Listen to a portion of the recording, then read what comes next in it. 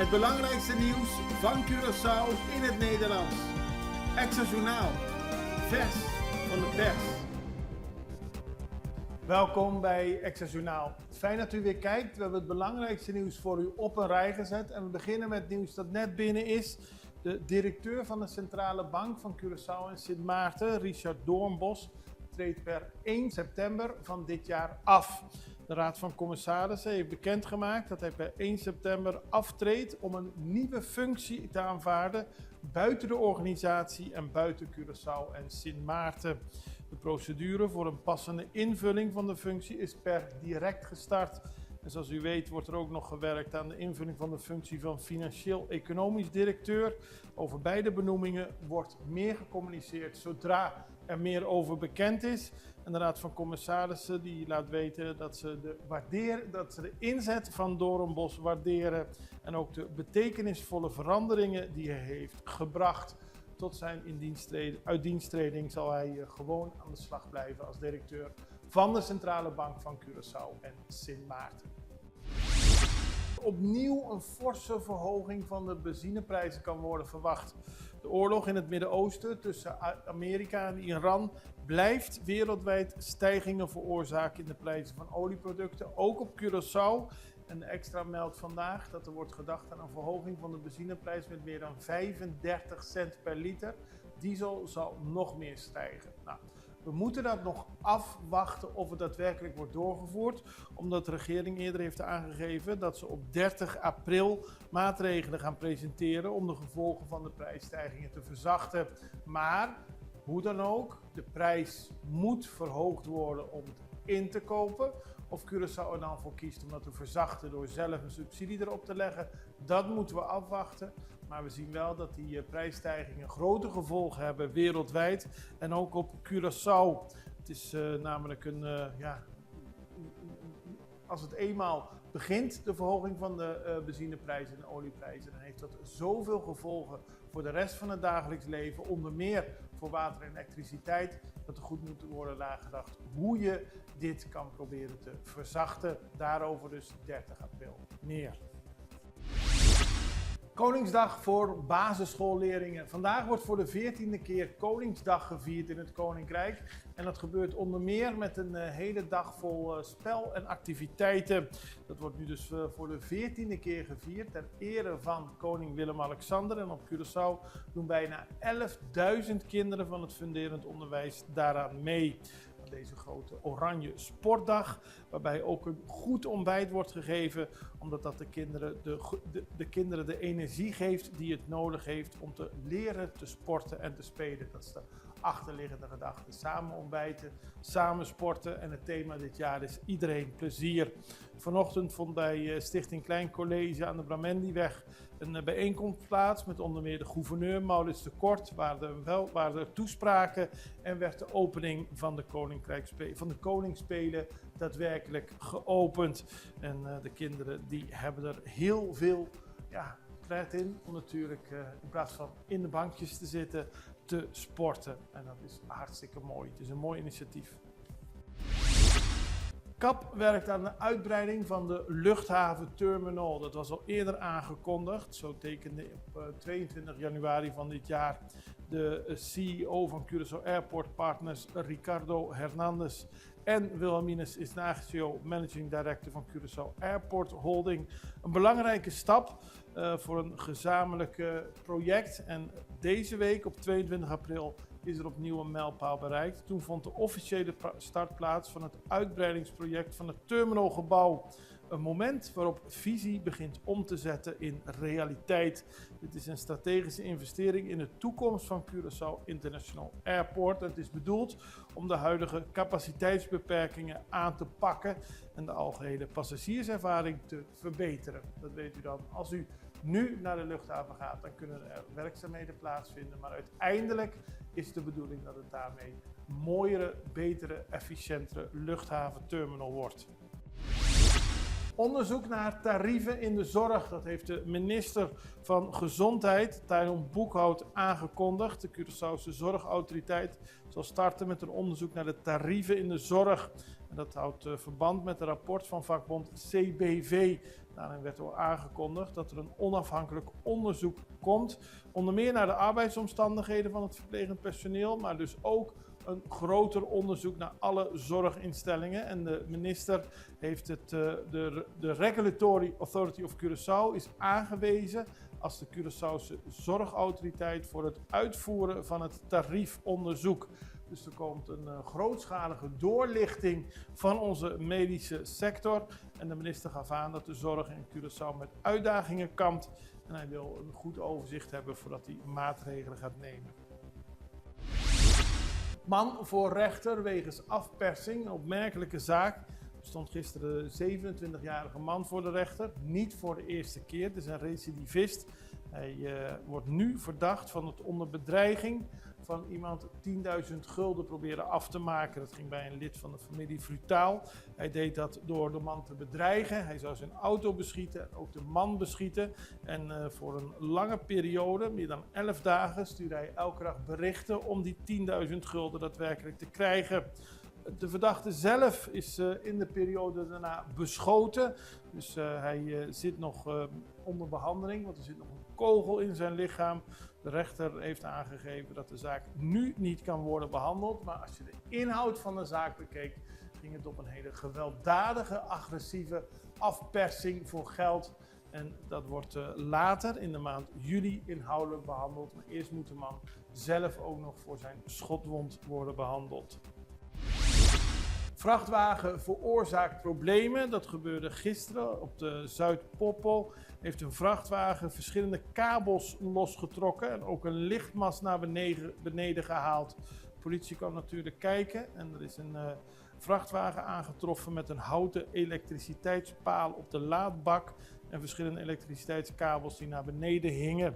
Volgens de chauffeur van de vrachtwagen was het niet de eerste keer dat hij in dat gebied kwam, maar op het moment dat hij wegreed bleven de kabels aan zijn laadbak haken. Aqualectra heeft geprobeerd de schade zoveel mogelijk te beperken. En dan een pick-up veroorzaakt ongeluk. Dat gebeurde op de Colas-Pechtweg. Heeft een pick-up geen voorrang verleend en dat leidde tot een botsing met een personenauto. De bestuurder van die auto raakte gewond en werd met een ambulance naar het CMC vervoerd.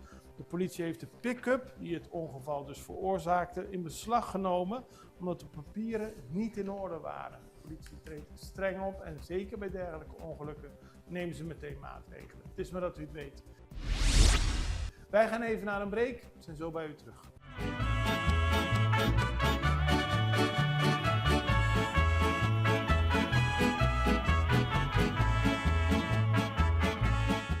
Extra in Nederland. Van Amsterdam tot Arnhem, van Groningen tot Maastricht, Extra is erbij. Volg Extra Digitaal en blijf op de hoogte van de belangrijkste ontwikkelingen in Nederland. Extra Digitaal is te zien op verschillende platforms en kanalen zoals WhatsApp, YouTube, Facebook, Instagram en ook TikTok. Wilt u ons op de hoogte brengen van een evenement of iets doorgeven? Neem contact op via WhatsApp, e-mail, Facebook of bel gewoon 06 1364 2945. Volg of abonneer je op Extra Digitaal. Klik aan en volg ons.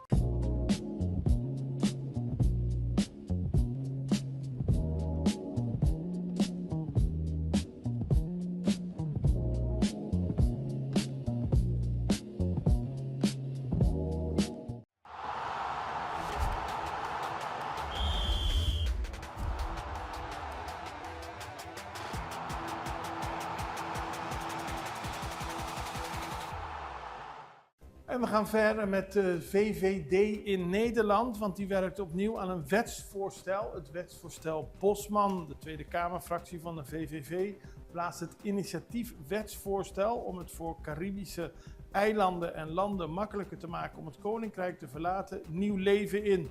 Kamerlid Renate den Hollander heeft de Kamervoorzitter laten weten dat de verdediging op zich wordt genomen door haar was een wetsvoorstel uit 2019 en door het vertrek van Bosman is daar niks meer mee gedaan.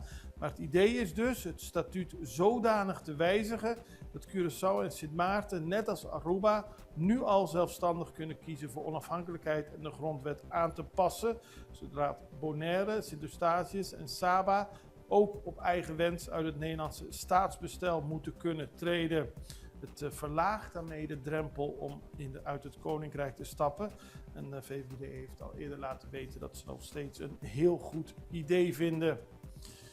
De politie van Sint Maarten gaat een nieuwe fase in en dat is de fase van het speuren naar wapens. Er was een periode dat de wapens ingeleverd konden worden, net als op Curaçao, Aruba, Bonaire, Saba en Statia. Maar nu zegt de politie van Sint Maarten, we are coming for it. First phase is over, the second phase has begun. En er zal hard worden opgetreden naar wapens.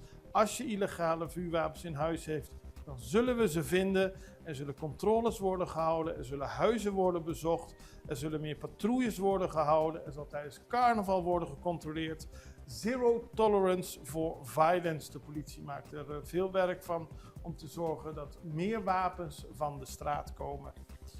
En dan gaan we naar een interview met Melissa Stamper uit Aruba. Ze was hier gisteren in verband met de première van haar film Sie Barranca por Apapia, Historia di Esclavitud. Het gaat over verhalen over slavernij op Aruba, dat weer een hele andere geschiedenis heeft dan Curaçao. Ook daar waren plantages, net op Curaçao, maar ze zijn er bijna niet meer. Het is heel moeilijk ze terug te vinden. En dat heeft Melissa Stamper in haar film gedaan.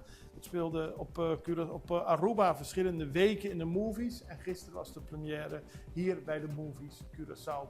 Kijk naar het interview dat we hadden met Melissa Stamper. Melissa Stamper, welkom in de studio. Het is vandaag de 23e en vanavond is er een première van iets heel bijzonders, namelijk je eigen film hier op Curaçao. De film heet Sie Barranca por Apapia, Historia di Esclavitud. En het is een lang proces geweest. Wanneer is het begonnen? Klopt, dankjewel voor de uitnodiging. Het begon eigenlijk met een artikel. Ik ben journalist en ik kreeg opdracht van Caribisch Netwerk van na de excuses schrijf een artikel over de slavernij op Aruba. En eerlijk gezegd wist ik niet zoveel over onze eigen geschiedenis. Dat zorgde ervoor dat ik een podcast deed en historici, antropologen heb gevraagd van hoe zit het eigenlijk. En vanuit daar was er één zin van Edric Cruz, die bij het Nationaal Archief van Aruba werkt. Die zei, op Aruba kennen we eigenlijk plantages niet, omdat we de term plantages niet gebruiken. Je ziet ze eigenlijk in de archieven onder de naam terreno, kunuku, concessiegronden. Dus dat was een trigger om eigenlijk uit te zoeken waar zijn deze plekken. En dat leidde dus tot de documentaire.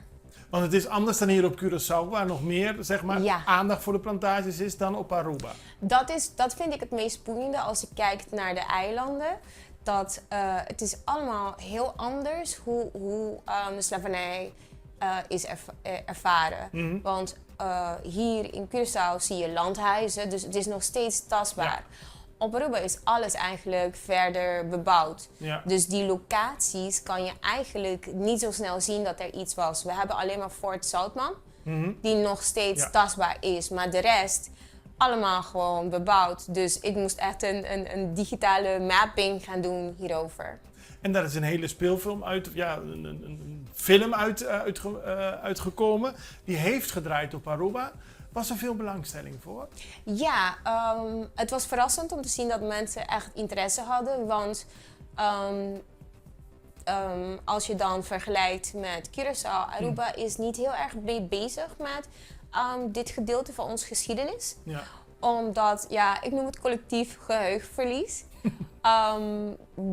Na de afschaffing, omdat we een mix van de mix zijn... Ja. Hadden jullie zoiets van, we willen daar niet over praten. Het is makkelijker als we gewoon doen alsof het is in het verleden en dan laten we het gewoon verder. Maar dat betekende wel dat de generaties niet daarover spraken. Ja. Waardoor mensen daadwerkelijk dachten van, dit is hier niet gebeurd. Ja. Dus zelfs in het proces van het maken had ik mensen die tegen mij zeiden, dit is hier niet gebeurd. Dus waar heb je het over? Dus toen ik eigenlijk in première ging, was het wel even een beetje afwachten van hoe mensen zouden reageren. Maar de reacties waren heel positief. En ook dat mensen naar mij toe kwamen en echt heel dankbaar waren. En zeiden, weet je, eentje zei, ik wil je heel erg bedanken, want mijn oma, die zei vroeger, die vertelde verhalen hierover, dat ze zich nog herinnert. Maar mijn moeder die zei van, dat is niet waar, dat klopt niet. Dus oma was een beetje gelijk gegeven. Ja, dus dat was heel fijn om te horen. Dus vandaar dat ik ook eigenlijk dit verhaal naar alle andere eilanden binnen het Koninkrijk. Ja. Omdat ik de indruk heb dat we eigenlijk wel moeten gaan kijken naar vanuit ons eigen perspectief hoe deze geschiedenis eigenlijk heeft plaatsgevonden. En dan gaan we nog naar internationaal nieuws, want er is een nieuwe chef van de Amerikaanse diplomatieke missie in Venezuela. De nieuwe chef van de diplomatieke missie van de Verenigde Staten in Venezuela, John Barrett, is gisteren aangekomen. Dat heeft de Amerikaanse ambassade in Caracas bekendgemaakt. De Verenigde Staten en de interimregering van Delcy Rodriguez kwamen begin maart overeen om de diplomatieke en consulaire betrekkingen te herstellen. Dit gebeurde nadat president Maduro begin januari tijdens een militaire operatie door Amerika mee naar Amerika werd genomen. En nu heeft Barrett zich gepresenteerd in het Spaans.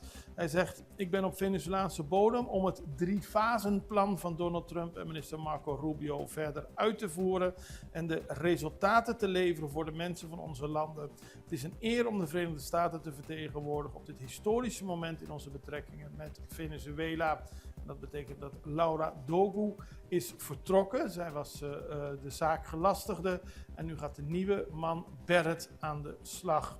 Gedurende de afgelopen 7 jaar waren de betrekkingen tussen Washington en Caracas heel erg slecht. Die waren eigenlijk volledig verbroken. Maar na het vertrek van Maduro zijn die weer hersteld. En Barrett die heeft ervaring opgedaan in Guatemala, Panama, Peru en Brazilië. En daarmee zijn we aan het einde gekomen van deze aflevering van Access Journaal. Het is weekend, het is lang weekend, want maandag is het Koningsdag. En dan hebben we geen uitzending van Access Journaal. Dinsdag zijn we er weer en ik hoop u ook allerbeste. Tot ziens, fijn weekend, dag.